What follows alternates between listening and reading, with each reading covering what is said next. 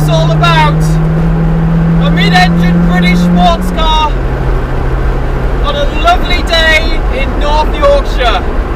What a playground. The whole place to myself.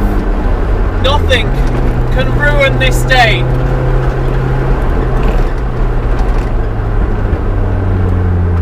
Oh, for God's sake. Look at that man and his tiny yellow toy from Norfolk. Now, if you want to go out and drive in the British countryside, you need a proper car. You need a Porsche.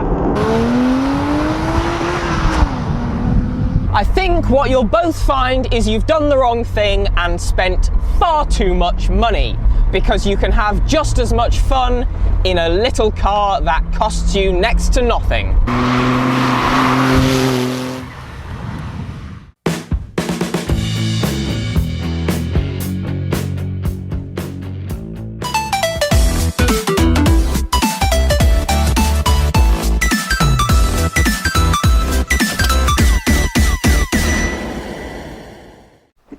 Why have you two come here to ruin what was going to be a perfectly nice day?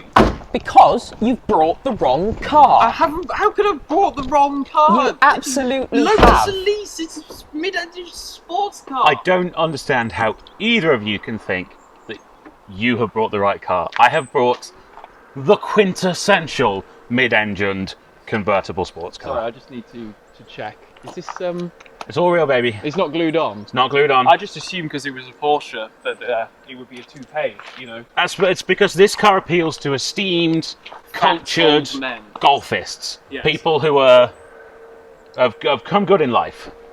Buy themselves one of these. Yeah, they like to go to the golf club and show off that they've got the smallest, cheapest Porsche, and they couldn't afford a 911. Yeah, but that's a Smart Roadster, which is Yeah, terrible. well, let's pick on Jasper. Oh dear.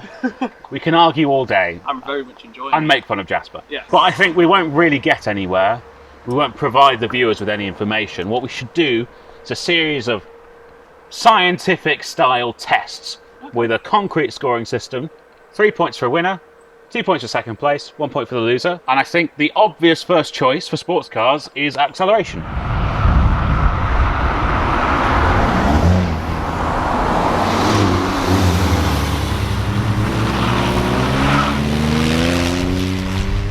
Despite having the nickname Paunch, the Boxster doesn't really suffer too much in the acceleration department, being just a hair's breadth behind the Lotus at 6.1 seconds to 60.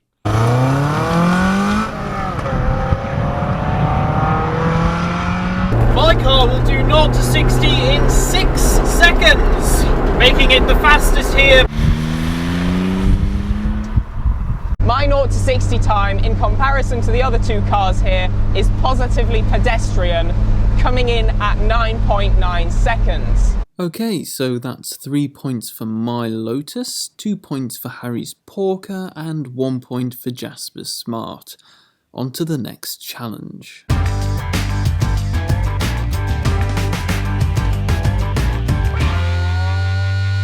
Right, so, sports car. Well, any car actually. It's important how much it costs. Now, obviously, none of these are new cars. They don't make that anymore because it was terrible. They don't make this anymore because it's way too old. And the modern version of this is very, very expensive. So let's go on a... Well, you've owned this for donkey's years now. So what does one of these go for on Auto Trader? Well, there's only one currently on sale, and it's up for £30,000. Okay, so that's £30,000 there. Yeah. I should state at this point that the winner of this challenge will be the one with the cheapest entry. This car was recently purchased. We've been very kindly lent it today. And it was 10 grand for this. So that's a third the price of this. For so much more car. And for a third of the price of that, you can get a relatively well-sorted one of these. I'm not saying this one's relatively well sorted. I'm just saying you can get a relatively well sorted one of these. And in fact, if you want to pick up an absolute it'll cost you about 1,500 quid. So that's one conclusively then. Absolutely. Well, you've spent too much money. You don't. The only car here that is a proper British mid-engine sports car. If nothing else, it just goes to show that you can have a hell of a lot of fun for less than £2,000. This is just a cheap rip-off of this car. Which country still has a car industry? Is it Britain or Germany? I think you'll find it's Germany. Yes. Although, this was designed by the Germans And built in by France. Yes. the French. And that's why it may not be entirely working. Speaking of flimsy, Yeah. how much does that weigh? 810 kilograms. Well, that's quite. How much is this? No, it's actually slightly more than that. 800 I know, the Lotus is not the lightest. Colin Chapman is he's like Somersaulting he's a in his dynamo in his grave. 852 kilograms. Oh my God! Sacre bleu. And how much does this weigh? How much is this? Is it like its owners? How much does it weigh? What units would you like? I would like it in tons or kilograms. 1.3. Okay, so what- it's 500 kilograms heavier. Well, than... hang on. It's 1,295 kilograms. Okay, so it's just less than half a ton heavier than this and that. Yes. That might blow away. Well, I've just suddenly decided that actually that's not important. It absolutely is important. No one cares about lightweight no, sports. no, Sports no, can no, now. Be 3 Sports- points, 2 points, and 1 point. Yeah, 1 point. But we all know 1 point for your Porsche. what sports cars are really about is how good they sound. I've just decided. Okay, Okay. that's an interesting, bold move. Yes. Well, let's see. So at this point, I'd like to introduce our innocent bystander, which is our good friend and production assistant, Leah. And you're here as an independent adjudicator, because obviously we're all going to think that our car sounds the best. Yeah. So, Jasper? Are we going from smallest capacity to largest then? Yeah, Sure. go on. So, a 0.7 litre, 3-cylinder Mercedes-Benz twin-spark engine. That's pushing it. It says engineered by Mercedes-Benz on the engine cover, I think you'll find. I could get a tattoo that said that on me. Doesn't mean anything. Yeah. Oh, someone started a lawnmower.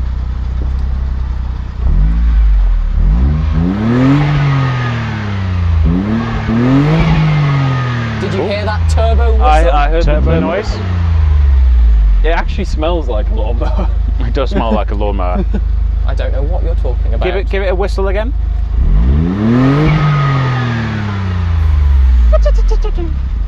Turbo noises, spoolie boy. Yeah. Well, how do you feel about turbo noises, Leah? They don't made no impression on you. Nothing at all. Okay. That's good. How with a hand gesture, what do you reckon Jasper's chances are so far? Okay. Okay. Take it away, Maestro. Right, here we go.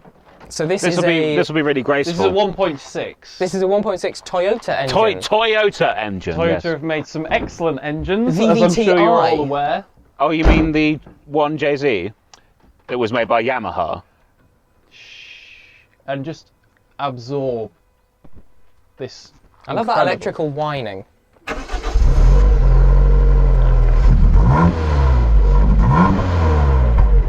Ooh, little pop there, little pop.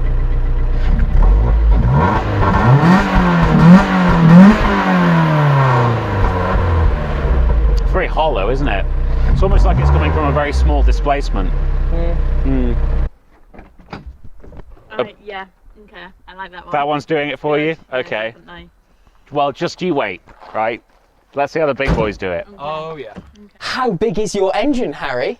It is 2.7 litres. That sounds like overcompensation to me, does it not, Ron? So take your engine and then add a proper engine to it, and you get my engine. Well, anyway, we'll see what it sounds like. Yes, we will.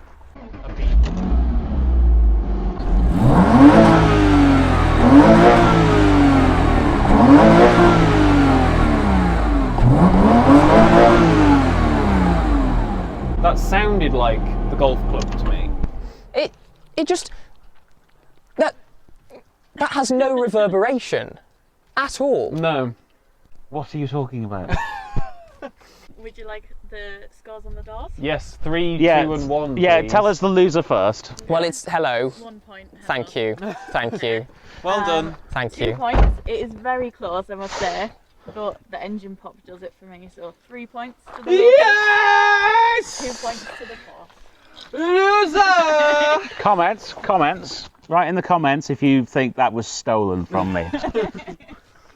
Okay, well, let's move on to performance, top speed. Let's go. Being a respectable and proper German car, the Boxster can master the Autobahn just as easily as the British B-Road, with a top speed of 159 miles per hour. I'd like to see the other two try that. Granted, the Boxster is the quickest of the three, but my Elise will still go on to a Top speed of 127 miles an hour. Woohoo! If pushed to the max, this car will eventually go on to reach a total speed of 113 miles an hour. Not that bad really for a 0.7 litre engine. So after adding up those points, it's an early lead for Rob and his Lotus. Hopefully I can claw it back in the next challenge.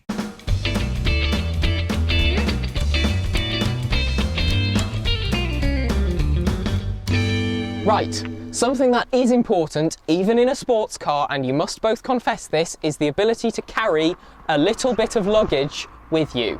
Because if you're wanting to go away for a weekend, you need somewhere to put your bags of clothes and hair products and camera gear. I'm the one with the least styled hair here.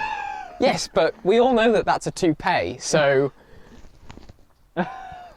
I think Right, you should on do this it like note, that. on this note, since you brought it up, you can go first, Jasper. Well, so I have a combined figure of storage space, both in the front boot, or the fruit, which you have to reach into the glove box to open. Okay. Yes, absolutely. It's incredibly practical. And obviously when you've got the roof bars in there, you do lose a little bit of space, but this plus my capacious glass house at the back is 100 and, hold on to your hats, ladies and gentlemen, 89 litres of storage space. Can we come back to this? Hang on. Can you? No, give it a second. No, come over here. This is useless. Look at this. Look, I can barely fit my hand in. You can. Look, no, it won't go in. Look, Jasper, it won't go in. Right, okay, well, let's look at the back one. Well, this isn't that big either. It is. I don't think you could fit in there. It's very shallow. Oh my god, it's going in.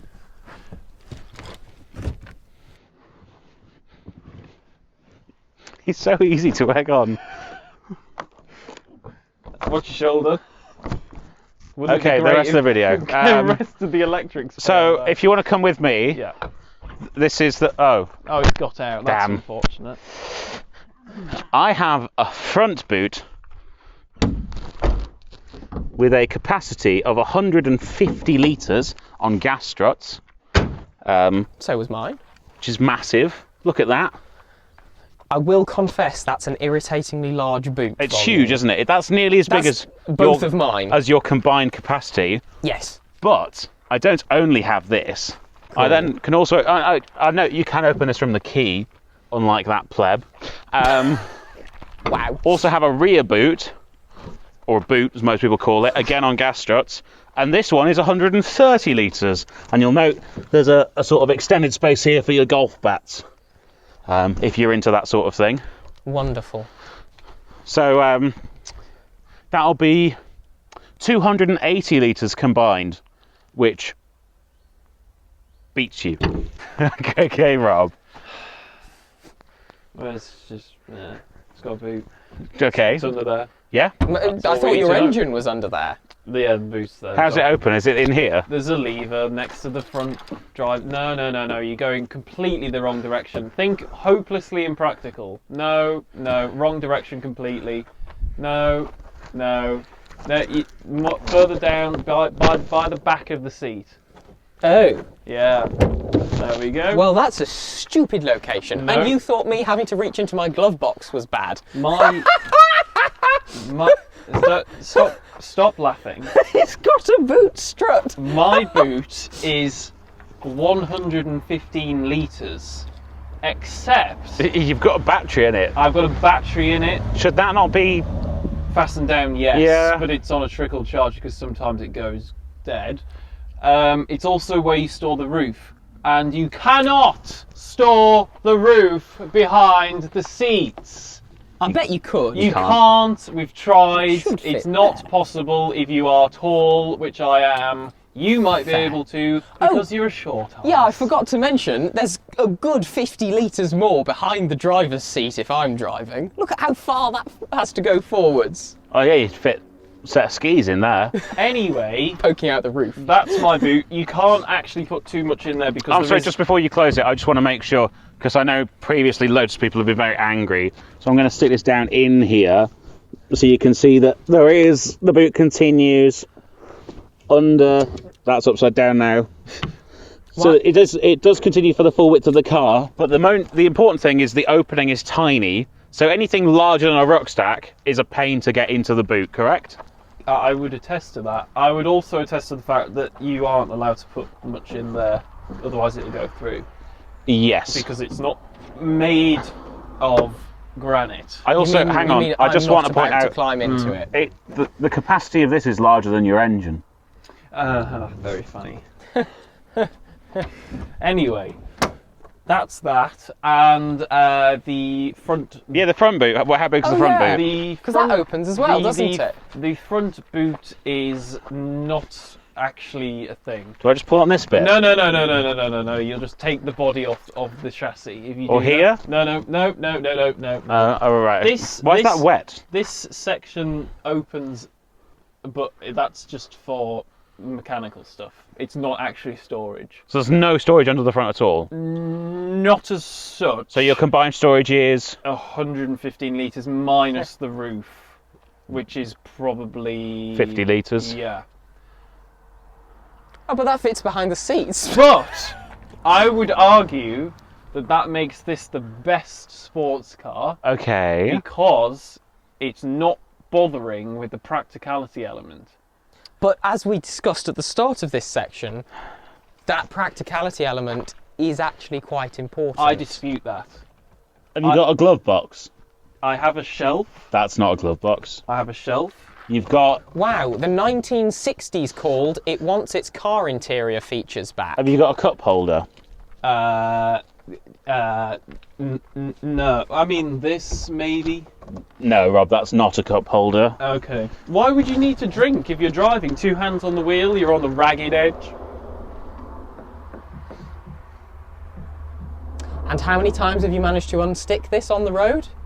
Well, it's not that kind of car. It's So are you on the ragged edge then, really? Oh, you're always on the ragged edge in a Lotus. You've got no ABS. I think before we get off track, that's going to be 1 point for the Lotus, Unfair. 2 points for the Smart Box, and... Is that the first time you've got more than 1 point? No, you've got 3 points for the cheapness. lightness. And the cheapness. Okay, And the cheapness. Okay. And 3 points for the Porker. Yeah. So all that extra weight does have its uses because it means you can carry even more weight in your car. Yes. I've got the power to deal with it, though. Have you? Yes.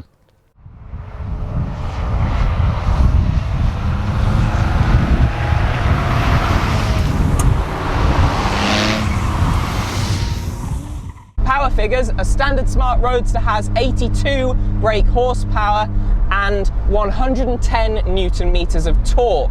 Now there was a Brabus version available which pushed that up to 105 brake horsepower, but this is just the standard version.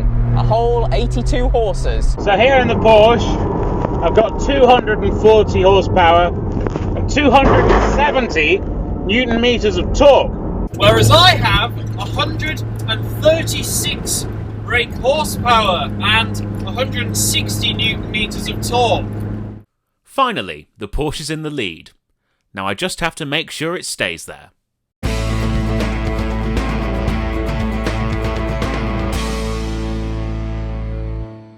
Right, guys, I think a key part of having a convertible in Britain is you may have to put the roof up quite quickly sometimes because of sudden downpours. So I think we should have a test to see who can put their roof up and then back down again in the shortest amount of time. You would pick this challenge, wouldn't you? With your fully automatic roof. No, it's not fully automatic. Oh, sorry. With your fully automatic operation followed by a manual latch. Can I just ask a question, Jasper? Yes. Why is there a Nissan Micra now in shot? What do you mean? It wasn't there before. I do notice small things like that. Is there something you need to tell us? Anything at all that's wrong? My roof might be slightly broken. Your roof's slightly broken, so what are you going to do? Well, I say that. The roof itself, well, other than the fact that it sticks quite a lot, works perfectly. It's the electrics between the roof motor and the communication module that mean when you push the button, nothing happens most of the time. I like that. My roof, apart from how it's broken, works perfectly. Yeah.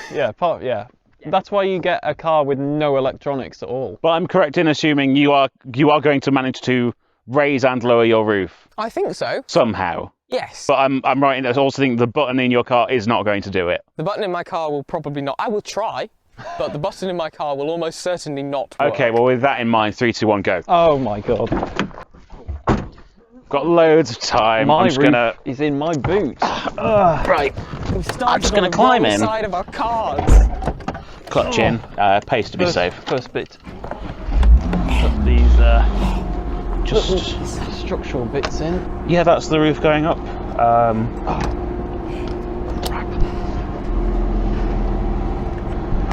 Yeah, and then I just do that. Okay. My roof is now fully up.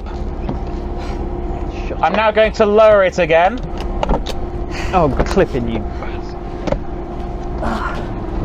Where did I put the keys?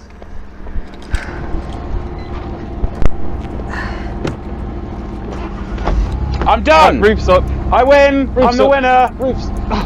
Come on. I'm winning. Just turn my car off. Save petrol. Run.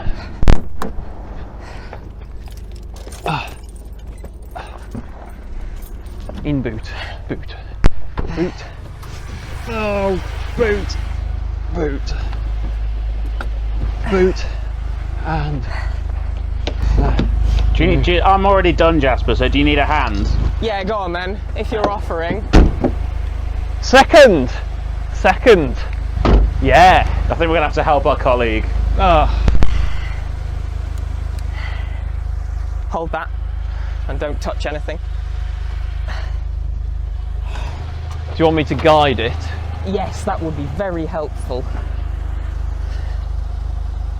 I should probably have done this before connecting them to the battery. Yeah, I'd have said so. That's not going to do anything.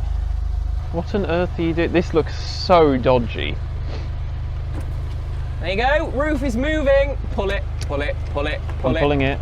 Pull it harder. I'm pulling it.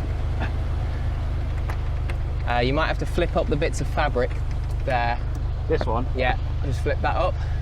Yeah. There, that's your roof fully up. Closed. Okay, now you need to lower it again. Open it again. Well, at least I've got the Micra in position.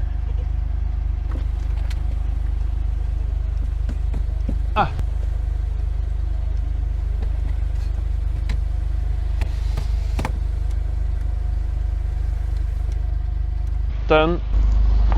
Okay, now you... There's a door there. Yeah, to take that apart. I'm not helping you. Yeah, okay, that's done.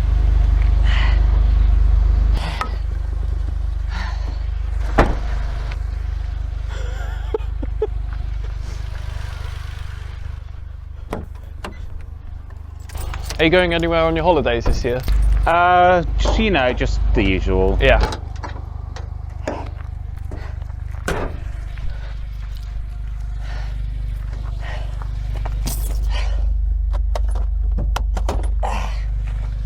How many trees do you reckon there are up there? Oh, 200-300? It's a lot, isn't it? There is a lot. Oh, sorry, I'll get out of your way, Jasper. Yeah. I feel like I'm in your hair. I'm gonna go stand over here. Let me know how many trees there are, yeah? I'm counting. I'm Good. up to 87.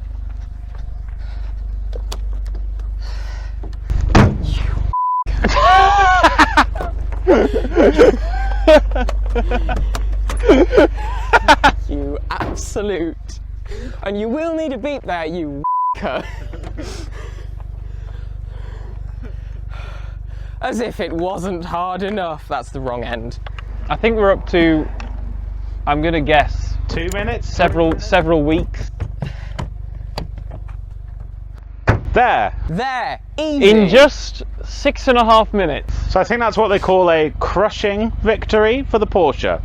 Well, hang on. Crushing?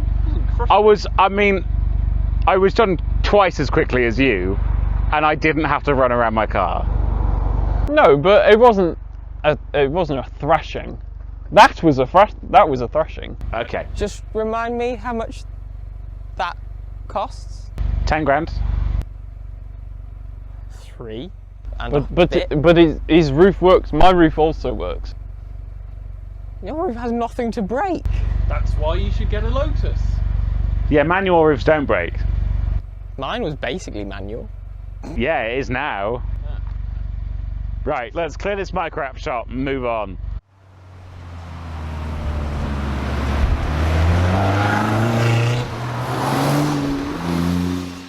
Now, because this car is so light, it gets good fuel economy. It's only got a 0.7 litre engine with 3 cylinders, and as a result, I've never seen less than 45 miles to the gallon, and combined, you should easily see about 50. Can't believe I have to talk about something as boring as economy when we're talking about sports cars, but for the record, my extra urban figure in the Elise is 56 miles to the gallon. Because it's so light, and that 1.6 Toyota engine is actually reasonably economical. Yes, perhaps my economy may be a little lower than the other cars. It's currently getting around 24 mpg, but who gives a flying f*** when you're having this much fun? Pardon my French. Despite my extra urban figure, Jasper Smart is still the most economical overall, and that fat Porsche is still out in front. But with 2 challenges left, it really is anyone's game.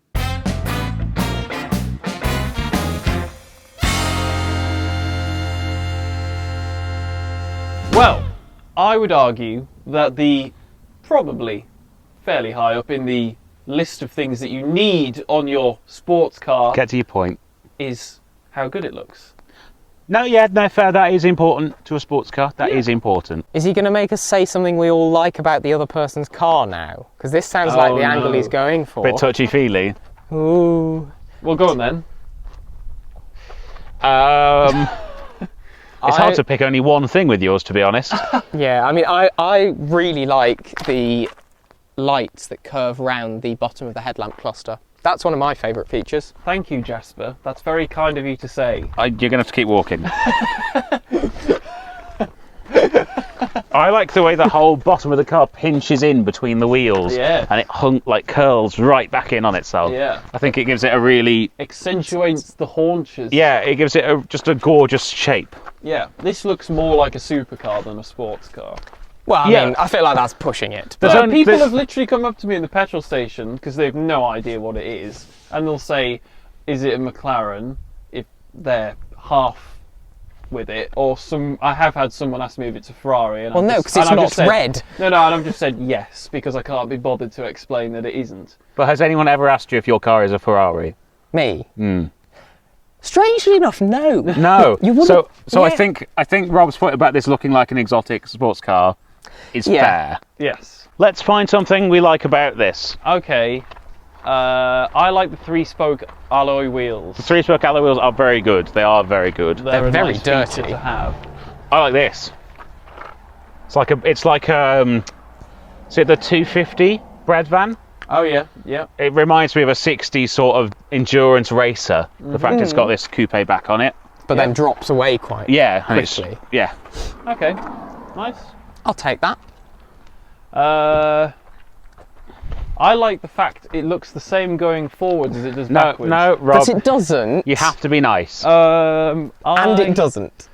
I like the... Flowers, I like the daffodils, I love the mountains, I love the rolling... Sorry. Stones.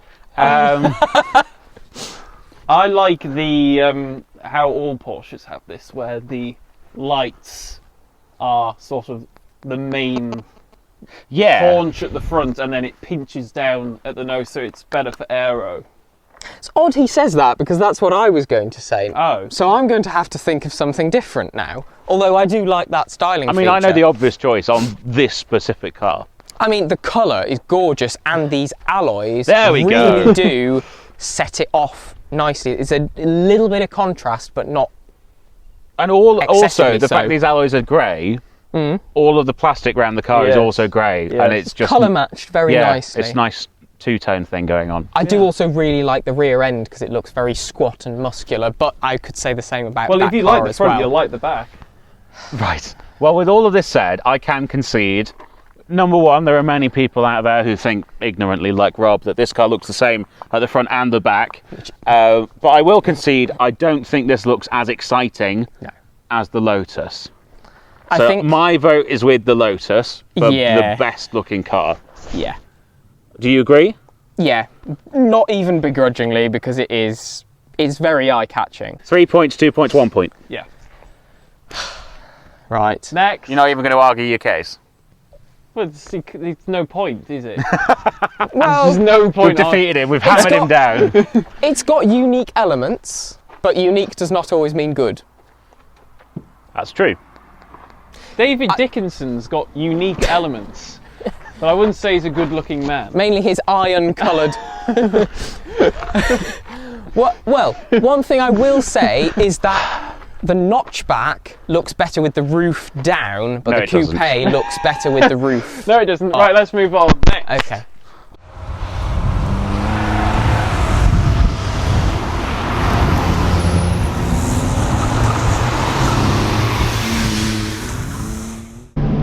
This just sticks to the road, man. I mean, I know supposedly a lighter car is a better car when it comes to handling, but the big fat tyres on the back of here, you're not worrying about grip. The chassis is excellent. Porsche are geniuses when it comes to chassis dynamics. One of the best in the world. And yes, I know we're up against a Lotus here, but if there's anyone who can beat Lotus, it's Porsche. Handling is no competition at all, really. This is a Lotus. It's the best handling car probably in the world. What you'll find with such a small, light car is you can have an incredible amount of fun because there's no weight in the car, and a small, stiff chassis just handles so incredibly well.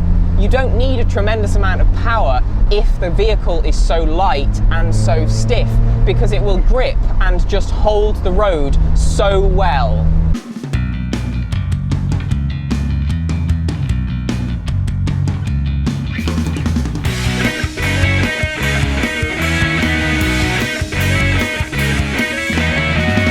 Right, so there we go. There is a series of scientific tests.